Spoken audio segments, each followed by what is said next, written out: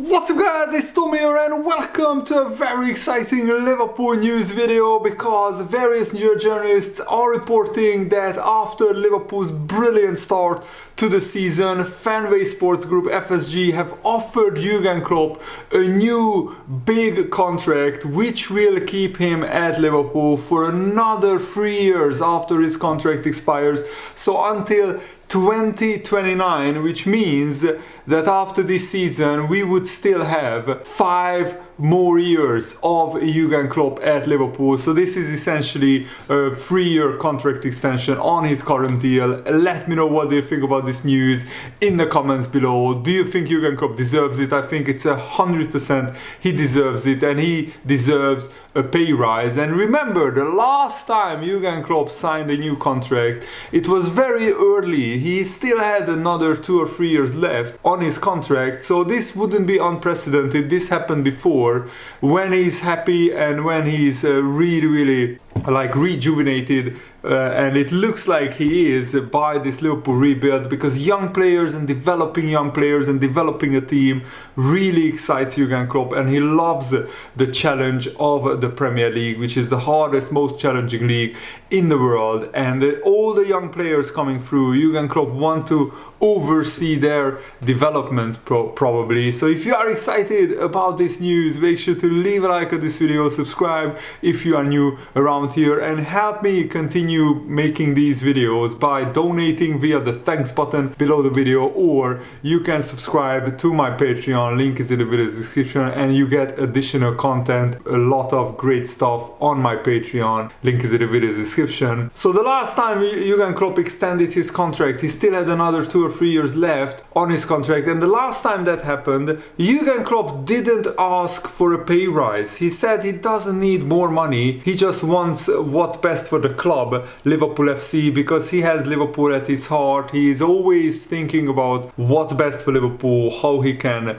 help the team be even more successful. And I think that's actually brilliant that Jurgen Klopp didn't really negotiate a bigger contract with a bigger salary the last time. However, there is no information right now whether he will get a significant pay rise or whether he will get similar wages, similar contract, but I think that's not important. Money is really not that important for Jurgen Klopp. As long as he has enough, he's happy. I mean, he's not driving a flashy car or anything usually, so yeah, he's not that kind of guy. And some journalists, of course, in Germany want Jurgen Klopp to become the Germany manager in the future. Christian Falk said that you see what is happening in Germany with the national team. I think this is a big target for Jurgen Klopp's future.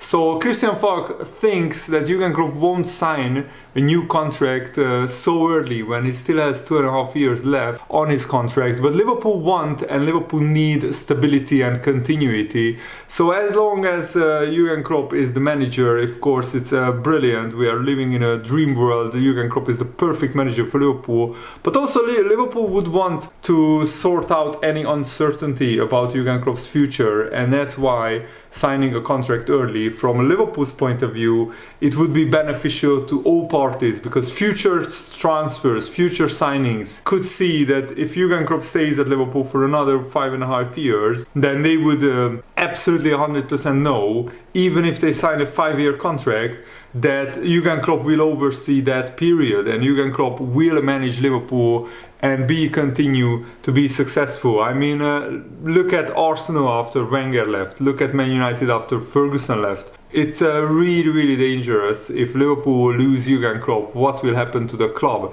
We need to appoint the right kind of people. And some people are already saying that Liverpool would want Xabi Alonso as the successor of Jurgen Klopp when eventually Jurgen Klopp leaves, but hopefully that will be only in 2029. Christian Falk also said that Liverpool didn't really pressure Jurgen Klopp on signing a new contract. They just want what's best for the football club, and I think they are on the same page with Jurgen Klopp.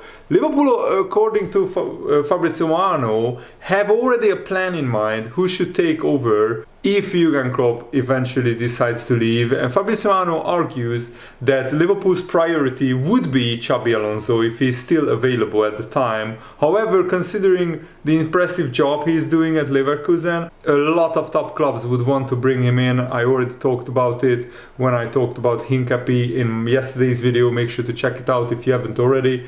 There's also a gentleman's agreement between Xabi Alonso and Leverkusen. Should one of Europe's elite sides approach Leverkusen, that Xabi Alonso would be free to go. So if eventually, let's say the best case scenario is Jurgen Klopp stays until 2029, Xabi Alonso will be even more experienced and hopefully an even better manager by then. And when Liverpool eventually know, like hopefully at the beginning of the season of 28-29, Jurgen Klopp will tell Liverpool, that's it, that's my final season. So Liverpool can start planning for the eventuality of Jurgen Klopp leaving Liverpool. It's even a frightening thought just to think about, terrifying. But Liverpool could approach Xabi Alonso and say, at the end of the season, we want you, not this season, at the end of the 28-29 season, we want you to come in at Liverpool. Would you be interested? And then maybe we will see whether Xabi Alonso is at Real Madrid or Bayern Munich at that time. Probably that's the two clubs that are most likely to take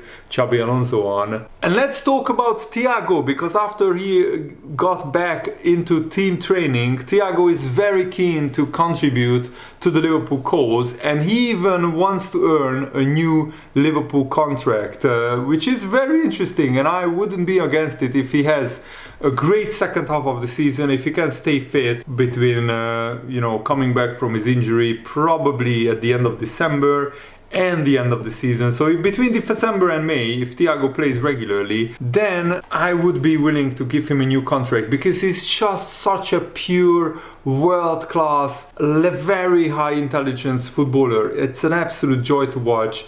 And Thiago actually believes he can still play a big role for Liverpool this season and hopes he could even earn a new contract. That would be absolutely brilliant motivation for Thiago. Thiago certainly has the experience to do it, and he won 11 domestic titles with Barcelona and Bayern Munich. And also he hopes to convince Jurgen Klopp, according to journalists and Liverpool's hierarchy, that he's worthy of a contract extension. I think Liverpool, rightfully so, held off on offering Thiago a new contract because he just hasn't been on the pitch enough times, and Liverpool don't want to have a squad full of injury-prone players. And I loved that Thiago, even though he had many offers from the Saudi Pro League, he wasn't really interested in going there for the money. So he has earned an absolute fortune during his career playing for Barcelona, Bayern Munich and Liverpool, three of the biggest clubs in the world. So I don't think he has any motivation to earn even more money, and he wants to play in a top team in a top European league. He's still only 32 years old, so Thiago still could play for another 3 or 4 years. The biggest problem, of course, the elephant in the room, if you like, is Thiago's injury record. He needs to show in the second half of the season that he can play enough minutes, he can play enough games, and he can contribute. I think when Thiago is fully fit and when he's on form, he's one of the best midfielders in the world, one of the best midfielders in the Premier League. And last season we were crying out for runners, for physical players next to Thiago, because that's when he can shine. And with Dominic Szoboszlai and McAllister, or Szoboszlai and Gravenberch next to Thiago, I want to see that midfield. I want to see how that functions. Thiago is such an intelligent footballer. Szoboszlai and McAllister are also very intelligent footballers, and I think that would be a really good mix of skill, creativity, passing, dribbling, shooting. That midfield would have absolutely everything, apart from, of course, having a destroyer kind of defensive midfielder. But Liverpool haven't had a destroyer kind of defensive midfielder in most of the Premier League games, and yet we are leading the Premier League title race. So I trust Jurgen Klopp to do what's best for Liverpool and to get the best out of Thiago in the second half of the season. And hopefully, if Thiago has a fully fit second half of the season, maybe give him a 1-year contract extension. That wouldn't be too much money from Liverpool's point of view. And I think that would be absolutely brilliant, because As I said, Thiago is one of my favorite players. He's an absolute world-class midfielder. He just needs to get fit and stay fit and play a lot of games in the second half of the season.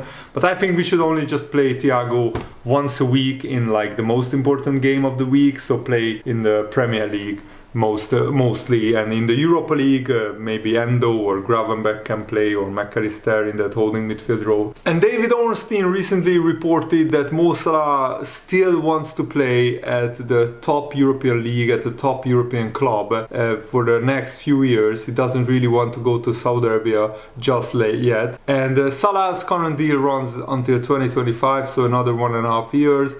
Liverpool rejected a giant £150 million offer from Saudi Arabia. And what makes the most business sense for Liverpool is sign Salah to a new 2-year contract extension. So not just 1 year, 2 year. That means that Salah would have another 3 years left on his contract, which means that he could have 2 more seasons at Liverpool, and then he would have 1 year left on his contract, and then Liverpool could sell him for a really, really big fee still, because even when Salah is 33, 34 years old, we could still get a pretty decent transfer fee for him. And it's also a good footballing move for Salah, because he doesn't show any signs of slowing down. He's still scoring on average 30 goals a season. He's still getting 10-15 assists a season. I mean, Salah has been absolutely incredible. And if Salah keeps this average of 30 goals a season between this season and the 25-26 season, then Salah could end up third on the all-time Liverpool goal scoring charts behind Ian Rush, who scored 346 goals,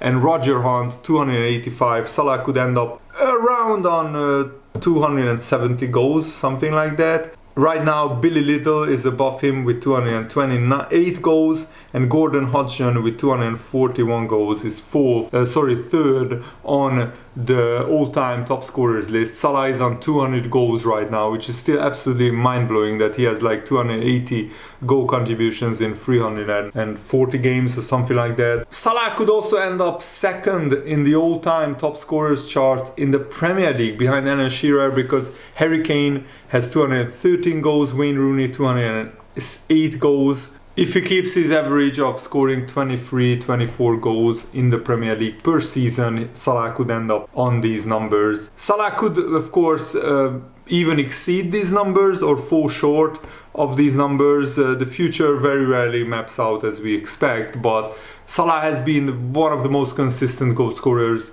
in Liverpool's history, and we will maybe appreciate him even more after he leaves. And we will struggle to find a guy who scores 20 goals a season for like 5 or 6 seasons, never mind 30 goals a season. That's why the Mane, Salah, Firmino strike wars was so brilliant and so unique, because Firmino was a 15 goal a season player, Mane was a 20 goal a season player, and Salah is a 30 goal a season player. And to find those three guys almost playing at their peak of their careers at the same time was absolutely brilliant. And it was only because of Manchester City's cheating and financial doping that Liverpool didn't win 3 Premier League titles, but hopefully we can put that right and win a Premier League title this season. Also, Neil Jones believes that Jurgen Klopp was putting some pressure on Liverpool to give Matip a new contract.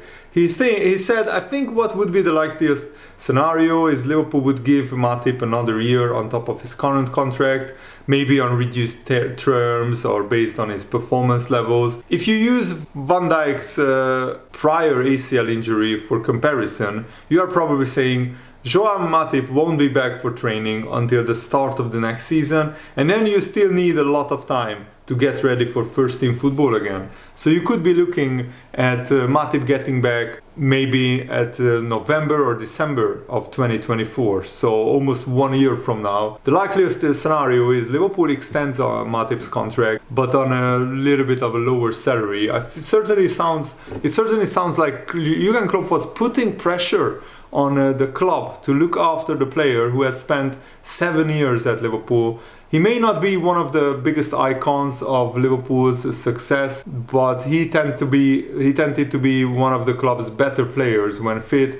He's part of the Champions League final, part of the Liverpool winning the title, started domestic cup finals that Liverpool won. So he has more than played his part, Neil Jones said. Some say sentiment is dead in football, but I think there are some clubs and some players where it isn't and it shouldn't be. And I think Liverpool and Joao Matip might be in that bracket. And Jurgen Klopp said he's pretty sure Liverpool will show their class when offering Matip a new contract, but it's not his decision to make. But Jurgen Klopp wanted and wants Liverpool to offer Joao Matip a new contract. Let me know what you think about that in the comments below. And thanks for watching, guys. Hope you enjoyed this. Have a nice day. See you later.